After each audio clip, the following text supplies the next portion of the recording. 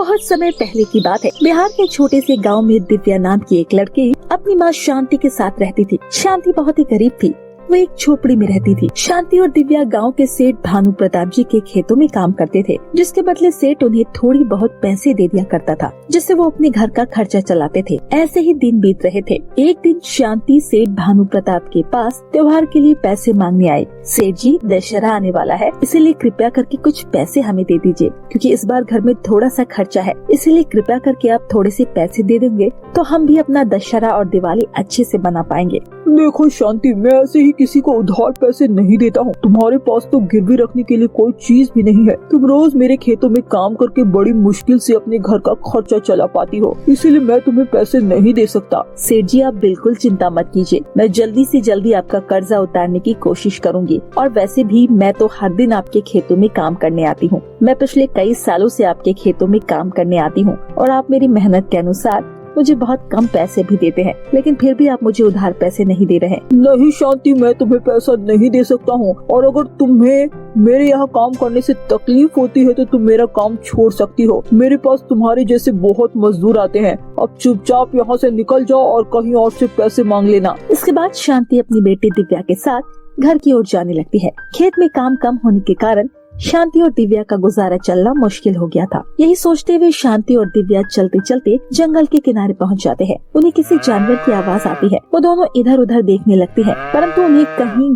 कुछ नहीं दिखाई देती। माँ देखो, कहीं से गाय की आवाज आ रही है, परंतु गाय दिखाई क्यों नहीं दे रही है? माँ, उस गाय की आवाज कहाँ से आ रही है? ऐसा लग रहा है वो कहीं फंसी हुई है। हाँ बेटी, मुझे भी यही लग रहा है, जैसे कोई गाय दर्द से करा रही है, परंतु यहाँ आसपास तो हमें गाय नजर ही नहीं आ रही है, और अगर हम दोनों अंदर गए तो जंगली जानवरों का खतरा है। इसके बाद शांति और दिव्या गाय की आवाज का पीछा करने लगती है। चलते चलते वो दोनों जंगल के बीचों बीच पहुँचते हैं। इसके बाद शांति और दिव्या देखते हैं कि वहाँ पर एक गाय के पैर से खून निकल रहा है। ये देखकर शांति की आंखों में आंसू आ जाते हैं। इसके बाद शांति और दिव्या उस गाय के पास जाते हैं। शांति जंगल से जड़ी बूटियां ढूंढकर उस गाय को लगा देती है और कहती है, हे मेरी प्यारी मासूम गाय, तुम तो एक बेजुबान जानवर हो और पता नहीं तुम्हारी ये चोट कैसे लग गई। तुम तो किसी को अपना दर्द बता भी नहीं सकती हो, परंतु अब तुम चिंता मत करो, तुम मेरे साथ मेरे घर चलना, मैं तुम्हारा वहीं देखभाल करूंगी। इसके बाद शांति उस गाय को अपने घर की ओर लाने लगती है। थोड़ी देर बाद शांति घर पहुंच जाती है। इस तरह उस दिन के बाद शांति जब भी सेठ भानु प्रताप के घर से आती तो उस गाय के लिए चारा लेकर आती थी।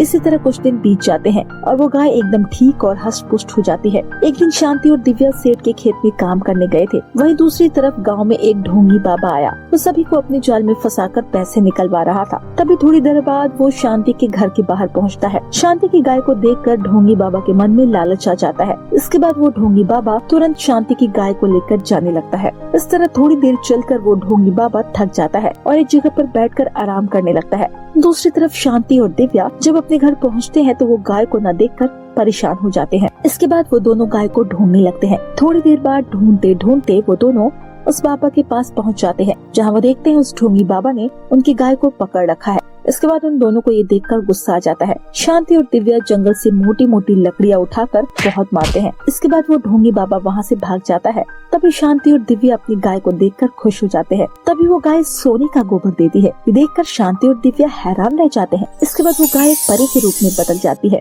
दिव्या, घबराओ मत, ये सोने का गोबर है, मैंने तुम्हारे लिए ही करा है। दरअसल मैं तुम्हें कई दिन से देख रही हूँ कि तुम एक नेकदिल लड़की हो, जो हर किसी की मदद करती हो, और जो व्यक्ति हर किसी की मदद करता है मैं उसे दुखी नहीं देख सकती। दिव्या की माँ परी के मुंह से ये सुनकर बेहोश हो जाती है। दिव्या, तुम ये गोबर नदी में डाल देना। तुम्हारे ये गोबर नदी में डालते ही वो नदी जादुई गोल्डन की झुमकों की नदी बन जाएगी और तुम ये झुमके सुनार की दुकान पर बेच सकती हो। परी जी, आपका बहुत बहुत धन्यवाद, जो आपने मेरी सहायता की। आज के बाद मुझे मजदूरी नहीं करनी पड़ेगी और मैं उन सोने के झुमकों को बेचकर बहुत सारे गरीब लोगों की सहायता भी कर सकती हूँ। इसके बाद दिव्या परी को धन्यवाद करती है। तभी वहाँ से वो परी गायब हो जाती है। तभी थोड़ी देर बाद दिव्या की माँ शांति को होश आ जाता है। इसके बाद दिव्या अपनी माँ के साथ नदी के किनारे पहुँच जाती है। नदी के किनारे पहुँचते ही दिव्या वो सोने का गोबर नदी में फेंक देती है। इसके बाद शांति दिव्या से कहती है, अरे दिव्या बेटी, ये तुमने क्या किया? कितनी मुश्किल से हमें इतना सारा सोने का गोबर मिला था, वो भी तुमने नदी में फेंक दिया। तभी वहाँ पर वो नदी सोने की झुमकों की नदी में बदल जाती है।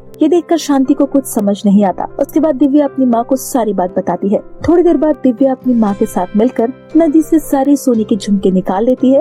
वो सोने के झुमकों को लेकर गांव में पहुंच जाती है। दिव्या सभी गरीबों को एक एक सोने के झुमके देती है और बाकी बचे हुए सभी सोने के झुमकों को लेकर सुनार की दुकान पर बेचने के लिए जाने लगती है। थोड़ी देर बाद दिव्या और शांति वो सभी सोने के झुमके अच्छे दाम पर बेच देते हैं। आज एक साथ इतना सारा पैसा देखकर शांति और दिव्या खुश हो जाती है। इसके बाद वो दोनों घर आ जाती है। कुछ दिनों बाद वो दोनों उस पैसे से एक बहुत बड़ी कॉस्मेटिक की फैक्ट्री शुरू करते हैं। इसी तरह कुछ दिनों बाद अब शांति और दिव्या पर बहुत सारे ग्राहक आने लगते हैं। देखते ही देखते शांति और दिव्या बहुत ज्यादा अमीर हो जाती है। दिव्या अपनी माँ शांति के साथ परियों की जादुई झुमकों की नदी की मदद से एक हंसी खुशी जीवन बिताने लगती है। एक समय की बात है, सुल्तानपुर नामक गांव में शकुंतला अपनी इकलौती बेटी कविता के साथ रहा करती थी। शकुंतला के पति की 2 साल पहले कोरोना के कारण मृत्यु हो गई थी, जिसके बाद शकुंतला ने ही अपनी बेटी को पाला। शकुंतला अपने पति के खेत में काम किया करती थी और अपने घर का खर्चा और अपनी बेटी का पालन पोषण भी उसी से करती। शकुंतला अपनी बेटी को स्कूल से लेकर घर वापस आ रही होती है, तभी रास्ते में कविता आम खाने के लिए बोलती है, इसीलिए कविता 1 किलो आम ले लेती है, जिसके बाद दोनों घर की तरफ आने लगते हैं। अपने घर के बाहर आते ही शकुंतला को अपनी पड़ोसन मालती मिल जाती है। तभी रुककर शकुंतला मालती से बोलती है, कैसी हो मालती बहन? अरे बहन क्या बताऊं, 5 बच्चे हैं, पैदा तो आराम से कर लिए इनके बाप ने, लेकिन अब खिलाने को बिल्कुल मेहनत नहीं करते। मेरी तो यहाँ जिंदगी बर्बाद हो गई है। आए दिन 5 जीना हराम करते रहते हैं। मम्मी मम्मी मुझे खाना दे दो, मुझे खाना। चल जाकर अपने बाप से मांग, मेरे पास कोई खाना नहीं है। देख रही है शकुंतला, दिन भर लड़ते रहते हैं, ये कर दो वो कर दो, मेरा जीना दुश्वार हो गया है इन बच्चों से। कोई बात नहीं मालती, जब भूख लगी है तो बच्चा खाना मांगेगा ही। ऐसा बोलकर शकुंतला मालती की बेटी को एक आम दे देती है और बोलती है, लो बेटा ये आम खा लो। चलो ठीक है, मैं चलती हूँ, मुझे और भी काम है। शकुंतला अपनी बेटी के साथ घर चली जाती है। अगले दिन शकुंतला खेत से आते समय आम लेकर आती है और वो मालती को आवाज लगाते हुए बाहर बुलाती है, मालती, ओ मालती, जरा बाहर आना। मालती बाहर आती है और बोलती है, क्या बात है शकुंतला, आज फिर से आम? हाँ मालती, कविता को आम बहुत पसंद आए थे, इसीलिए कविता ने बोला माँ आम लेते आना, तो मैंने सोचा कि तुम्हारे बच्चों के लिए भी लेके चलो। ये लो बच्चों को खिलाना और खुद भी खाना। धन्यवाद शकुंतला। ये सब कुछ देखकर मालती अपने पति से बोलती है, आखिर शकुंतला के पास इतने पैसे कहाँ से आते हैं जो आए दिन ये मेरे बच्चों के लिए खाने पीने की चीजें लेकर आती है? अरे तुम्हें क्या दिक्कत है, उसके घर में एक वो है और उसकी बेटी, इतना खर्चा भी नहीं है। ऊपर से शकुंतला कितनी मेहनत करती है। हाँ सही कह रहे हो, तभी मैं सोचूं कि यहाँ तुम लोगों को खिला पिला कर मेरी तो जान निकल गई है, और ये शकुंतला सब कुछ कैसे करती है? अच्छी औरत है शकुंतला, तेरी तरह थोड़ी ना है, मेहनत मजदूरी करती है। तेरी तरह नहीं कि एक घर में झाड़ू पोछा कर लिया बस काम खत्म। पहले अपने आप को तो देखो, खुद तो कोई काम करते नहीं हो। तुमसे बढ़िया तो मैं हूँ, कम से कम 2 रोटी के लिए कुछ न कुछ करती तो हूँ। ऐसे ही दिन गुजर रहे होते हैं। एक दिन रात के समय में शकुंतला कहीं जा रही होती है, तभी शकुंतला को जाते देख मालती देख लेती है और वो सोचती है, आज शकुंतला बहन इतनी रात को कहाँ जा रही है, चलो मैं पीछा करके देखती हूँ। मालती शकुंतला का पीछा करती है। शकुंतला एक घने जंगल में जाती है और वहाँ बड़े से पेड़ के नीचे एक गड्ढा करती है और इधर उधर चारों तरफ देखने लगती है। मालती छुपकर शकुंतला पर नजर रखती है। शकुंतला जल्दी जल्दी मिट्टी हटाती है और गड्ढे में से एक मटका निकालती है जिसके अंदर बहुत सारे पैसे और गहने होते हैं। शकुंतला जल्दी से अपने पास से पैसे निकालती है और उस मटके में रख देती है और उस मटके को वापस से जमीन में गाड़ देती है और गड्ढे को बंद कर देती है। शकुंतला वापस से खुशी खुशी अपने घर चली जाती है। इतने सारे पैसे और गहने देखकर मालती के मन में लालच आ जाता है और वो मन ही मन सोचने लगती है, शकुंतला के पास इतने सारे रुपए पैसे और गहने कहाँ से आए? लगता है ये सब कुछ उसने अपनी मेहनत से कमाया है। मैं इन पैसों को ले लेती हूँ, जिसके बाद मैं भी अमीर हो जाऊंगी और अपने बच्चों को स्कूल भी भेज सकूंगी। ऐसा सोचकर मालती वापस से जमीन से वो मटका निकाल लेती है और मटका लेकर अपने घर चली जाती है। घर पर उसका पति इतना रुपए और गहने देखकर काफी हैरान हो जाता है और बोलता है, हाय भगवान, कहाँ से चोरी करके लाई हो इतना बड़ा मटका, वो भी रुपए और गहनों से भरा हुआ। अरे तुम्हें इससे क्या लेना देना, अपने काम से काम रखो। अब मैं तुम्हारा कोई काम शुरू करवा देती हूँ, जिसके बाद तुम अपने काम पर ध्यान करना। ऐसा करती हूँ, तुम्हारी परचून की दुकान खुलवा देती हूँ, तुम उसको चलाना। हाँ हाँ ठीक है। अगले दिन मालती अपने पति की परचून की दुकान खुलवा देती है और कुछ ही दिनों में अपने छोटे से घर को बहुत ही बड़ा और आलीशान घर बनवा लेती है और अपने 5 बच्चों को स्कूल भी भेजने लगती है। और जो गहने होते हैं उनको मालती पिघलवा कर नए प्रकार के जेवर बनवा लेती है। ऐसे ही पूरा 1 महीना बीत जाता है। रात के समय में शकुंतला जंगल की तरफ जाती है और जंगल में उसी पेड़ के नीचे जाकर गड्ढा खोदने लगती है। वो बहुत ही गहरा गड्ढा खोद लेती है, लेकिन उसे अपना मटका नहीं दिखाई पड़ता। तभी वो बोलती है, हाय भगवान, मेरी सारी जमा पूंजी कहाँ चली गई। मैंने दिन रात मेहनत करके उन रुपए पैसों को कमाया था। अब मैं अपनी बेटी की शादी कैसे करूँगी। 1 साल बाद ही वो शादी की उम्र की हो जाएगी। शकुंतला ऐसा बोलकर जोर जोर से रोने लगती है। ऐसे ही दिन गुजर रहे होते हैं। आए दिन शकुंतला हमेशा परेशान रहने लगती है और उसे समझ नहीं आता कि आखिरकार वो क्या करे। इसलिए एक दिन वो अपना मन हल्का करने के लिए एक नदी के किनारे बैठी होती है और अपने आप से ही बातें कर रही होती है। तभी वहाँ पर एक परी प्रकट होती है और बोलती है, घबराओ मत शकुंतला, मैं सिंड्रेला परी हूँ। मैंने तुम्हारी सारी बातें सुन ली और मुझे पता चल गया कि तुम किस कारण से दुखी हो।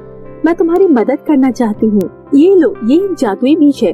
इसको तुम अपने खेत में लगा देना और फिर जैसे तुम पहले मेहनत किया करती थी ठीक उसी प्रकार से मेहनत करना और देखना तुम्हें तुम्हारी मेहनत का फल जरूर मिलेगा। ठीक है परी, अगर आप बोल रही हैं तो मैं पहले की तरह मेहनत जरूर करूंगी। शकुंतला वो बीज लेकर वहाँ से चली जाती है और अगले दिन सुबह सुबह अपने खेत के लिए निकल जाती है और वो बीज अपने खेत में बो देती है और दिन रात एक करके वो अपने खेत में काम करती है।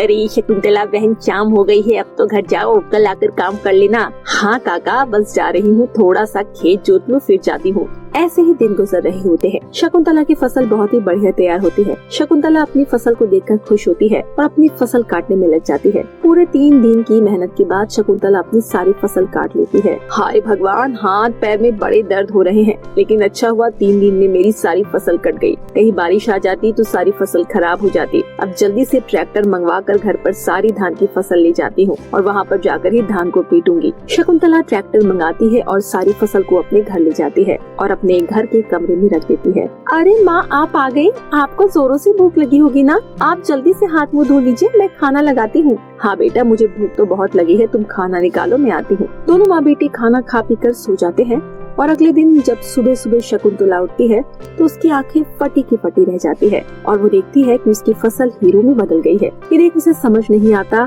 तभी वहाँ पर सिंड्रेला परी आती है और बोलती है, क्या हुआ शकुंतला, तुम इतनी हैरान क्यों हो?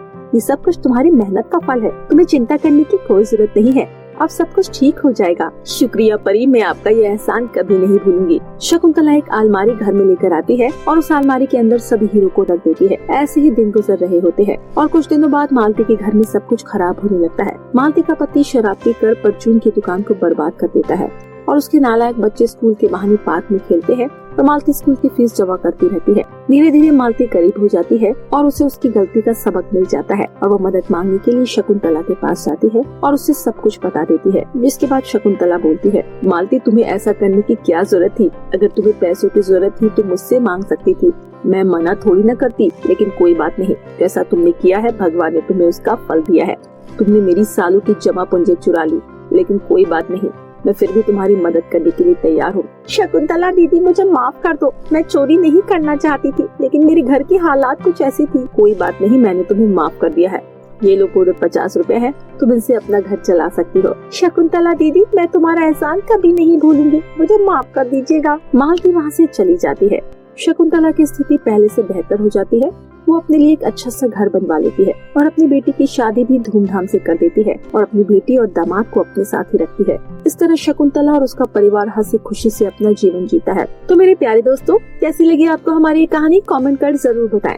अगर कहानी अच्छी लगी हो तो वीडियो को लाइक, चैनल को सब्सक्राइब करना ना भूले। फिर मिलती हूँ आपसे मजेदार इंटरेस्टिंग कहानी के साथ। तब तक के लिए बाय बाय दोस्तों।